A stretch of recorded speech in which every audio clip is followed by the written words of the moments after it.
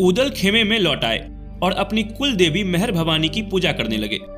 इधर इंदल मेले में घूमने लगा।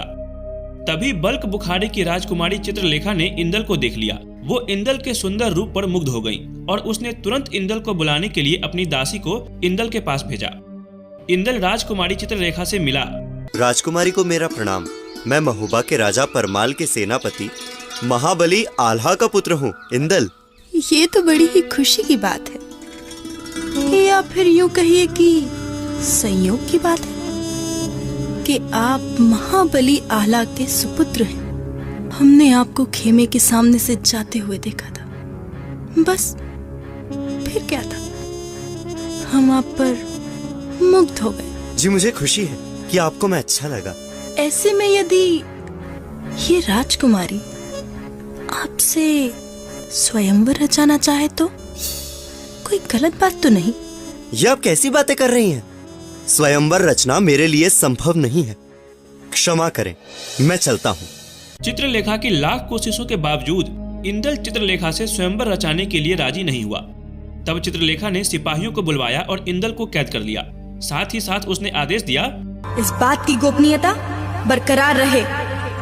मेरे माता पिता को भी इस बात की खबर न हो। अगर किसी ने भी मुंह खोला तो उसका परिणाम अच्छा नहीं होगा। इधर उदल अपने डेरे पर इंदल का इंतजार कर रहे थे। उदल को जब पता चला कि इंदल लापता है तो वे विचलित हो गए। उन्होंने पूरा मेला छान मारा। बदकिस्मती से उस मेले में माहिल ने अपना खेमा जमाया हुआ था।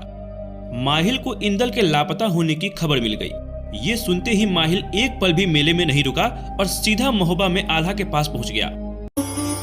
देखो आल्हा, उदल की कोई संतान नहीं है, इसीलिए वो सोचता है कि उसके हिस्से की सारी संपत्ति इंदल ले लेगा और वो इस नीच सोच की वजह से इंदल से जलता है और इसी वजह से वो इंदल को बैला फुसला कर बिठूर ले गया, जहां उसने इंदल की हत्या कर दी। वो तुम्हारा सगा भाई हो सकता है भांजे, पर अफसोस अफसोस लोभ कभी अपना पराया नहीं देखता। इंदल की हत्या की बात सुनते ही आल्हा बौखला गए। आल्हा उदल को अपने बेटे से ज्यादा प्यार करते थे, पर इस घटना ने उन्हें अंदर तक झकझोर दिया। माहिल की इस हरकत से अनजान उदल अपने भाई के पास पहुंच गए। भैया अनर्थ हो गया है। बिठूर के मेले में इंदल कहीं खो गया है। हम क्षमा चाहते हैं। मैंने पूरा मेला छान मारा पर भी। नीच! मेरे बेटे की हत्या करने के बाद तू मेरे पास क्षमा मांगने आया है और ये मनगढ़ंत कहानी सुनाकर हमें बहकाने की कोशिश कर रहा है। तू वीर नहीं, हत्यारा है। ये कहते ही आल्हा ने अपने भाई उदल को पीटना शुरू कर दिया। उदल के लिए आल्हा पिता से बढ़कर थे। उन्होंने मुंह बंद करके सब सहन किया।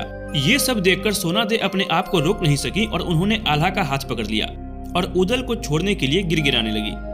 स्वामी रुक जाइए स्वामी, आप ऐसा पाप ना करें। आपके छोटे भाई ने क्या क्या नहीं किया है आपके लिए। रुक जाइए स्वामी, ऐसा अनर्थ ना करें। ये मेरा भाई नहीं है, मेरे बेटे का हत्यारा है। कोड़े की मार से बुरी तरह घायल उदल ने अपनी भाभी से कहा, भाभी मैं सच कह रहा हूँ भाभी, मैंने इंदल को नहीं मारा। पता नहीं वो मेले में कहाँ खो गया। मैंने उसे बहुत ढूंढा पर फिर भी वो नहीं मिला। कम से कम आप मेरा विश्वास करो। सोनादे ने आल्हा को समझाया, हम तुम रही बे जय दुनिया में इंदल फेर मिलेंगे आए और कोक के भाई को तुम मारत ऐसी तुम्हें मुनासिब ना है। जोड़ी बनी रहे दंपति की, बेटा होत न लागे देर और भैया गए तो फिर न मिल है देवर मेरो लड़ेता शेर। ओ काहे रूठ गए हो स्वामी, काहे लखन को मारे राम और भैया विपत बटैया होते गाढ़े दिन में आवे काम। आल्हा ने हाथ रोक लिया, लेकिन फिर उसने जल्लादों को आदेश दिया, इसे यहाँ से उठाकर जंगल में ले जाओ और इसे मारकर इसकी लाश को फेंक दो। ऐसे धोखेबाज की लाश को तो जानवर भी नहीं खाएंगे। जल्लाद उदल को लेकर जंगल की ओर चल पड़े। पीछे पीछे सोनादे भी आ गई और थोड़ी दूर पहुंचते ही सोनादे ने जल्लादों को रोक दिया। रुकिए, आप लोग इन्हें यहीं छोड़ दीजिए और सेनापति आल्हा को इस बात का पता नहीं चलना चाहिए। उन्हें सिर्फ ये बता दें कि उन्होंने जैसा कहा था वैसा ही किया गया है। जब उनका गुस्सा शांत होगा वो भी अपने भाई के लिए व्याकुल हो जाएंगे। अब आप सब यहाँ से जा सकते हैं। सोनादे लौट आई और उदल को जल्लादों ने जंगल में छोड़ दिया। जंगल में उदल भटकने लगे। वो समझ नहीं पा रहे थे कि ये क्या हो रहा है उनके साथ। उदल जंगल में भटकते हुए अपने ससुराल नरवरगढ़ पहुंच गए। वहां उदल अपने साले युवराज मकरंद राय से मिले और पूरी घटना उसको बताई। मुझे नहीं मालूम कैसे, पर यह सच है कि बिठुर के मेले में इंदल कहीं खो गया है। ऐसा होना तो संभव नहीं लगता। इंदल इतना बच्चा भी नहीं कि खो जाए। मुझे लगता है कि किसी ने उसे अगवा किया होगा। आप चिंता न करें, मैं अवश्य कुछ करता हूँ। अब उदल गुप्त रूप से राजमहल में रहने लगे थे और मकरंद ने चारों ओर इंदल को ढूंढने के लिए अपने गुप्तचर भेज दिए थे। कुछ दिन बाद एक गुप्तचर आकर मकरंद से मिला। राजकुमार की जय। सूचना है कि बल्क बुखारे की राजकुमारी चित्रलेखा ने इंदल को बंदी बनाकर रखा है और ये सूचना एकदम सटीक है क्योंकि राजकुमारी की दासी के हवाले से इस बात की पुष्टि हुई है। बहुत अच्छे, बहुत खूब। ये बात मकरंद ने उदल को बताई और बल्क बुखारे पर हमला बोल दिया। ये खबर मिलते ही बल्क बुखारे के राजा घबरा गए और उन्होंने तुरंत अपना दूत भेज दिया मकरंद के पास। राजकुमार, महाराज ये जानना चाहते हैं कि युद्ध का कारण क्या है।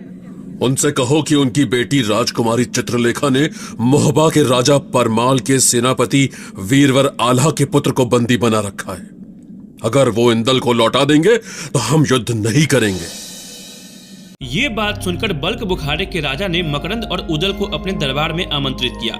दोनों जब पहुंचे तो उनकी बहुत आवभगत की गई। क्षमा करें महाराज, लेकिन ये युद्ध करना अनिवार्य था। आप जानते नहीं है कि इस घटना से मोहबा के पूरे राज परिवार पर क्या असर पड़ा है। महाबली उदल और राजकुमार मकरंद, हम क्षमा प्रार्थी हैं, किंतु इस बारे में मुझे कुछ नहीं पता था। बल्क बुखारे के राजा ने राजकुमारी चित्रलेखा को बुलाया और उसे बहुत फटकारा। हमें क्षमा कीजिए पिताजी, हमसे बहुत बड़ी भूल हो गई। सभा में इंदल उपस्थित हुआ। तब चित्रलेखा उदल को संबोधित करते हुए बोली, अतिथिगण, मैं इंदल से स्वयंवर करना चाहती हूँ, पर इंदल है कि मानता ही नहीं।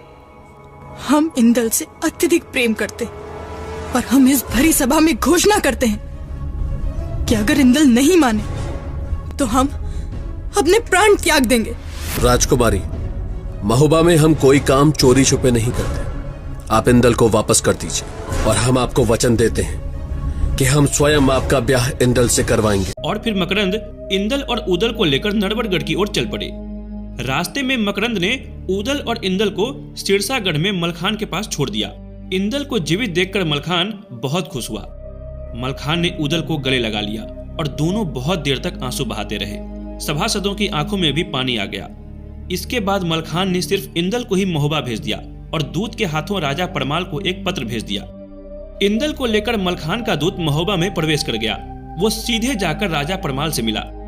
राजा परमाल इंदल को जीवित देखकर बहुत प्रसन्न हुए, लेकिन उन्होंने ये सबके सामने जाहिर नहीं किया, क्योंकि महोबा में सब जानते थे कि आल्हा ने जल्लादों के हाथों अपने भाई उदल को मरवा डाला है। इस बात से राजा परमाल बहुत घिन्न थे। राजा परमाल ने आल्हा और सोनादे को बुलाया। इंदल को देखकर दोनों माँ बाप अपने बच्चे से लिपट लिपट कर रोने लगे। तभी दूत ने मलखान की चिट्ठी पढ़कर सुनाने की अनुमति मांगी। राजा परमाल ने अनुमति दी। सब ध्यानपूर्वक दूत को सुनने लगे। सेनापति महाबली आल्हा, इंदल को बलक बुखारे की राजकुमारी ने अगवा कर लिया था और ये बात राजकुमारी के पिता भी नहीं जानते थे।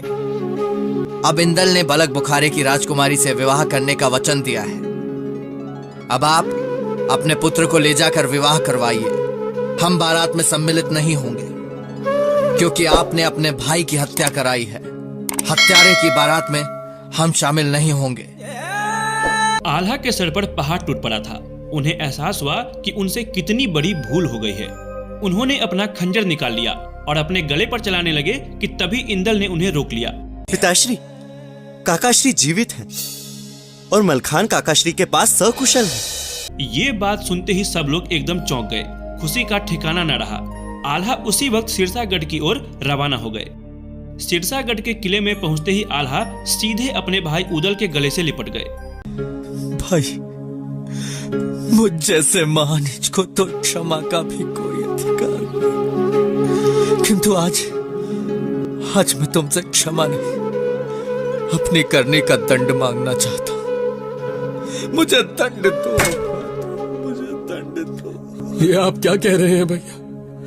आप बड़े भाई हैं, ना मैं आपको क्षमा दे सकता हूँ और ना ही मैं आपको दंड दे सकता हूँ। मैं तो केवल आपसे यही मांग सकता हूँ कि एक बार फिर मुझे अपने चरणों में जगह दे दीजिए। और दोनों भाई एक दूसरे से लिपटे रहे। कहते हैं कि उस दिन भाइयों के इस प्रेम को देखकर स्वर्ग के देवताओं ने भी फूल बरसाए थे।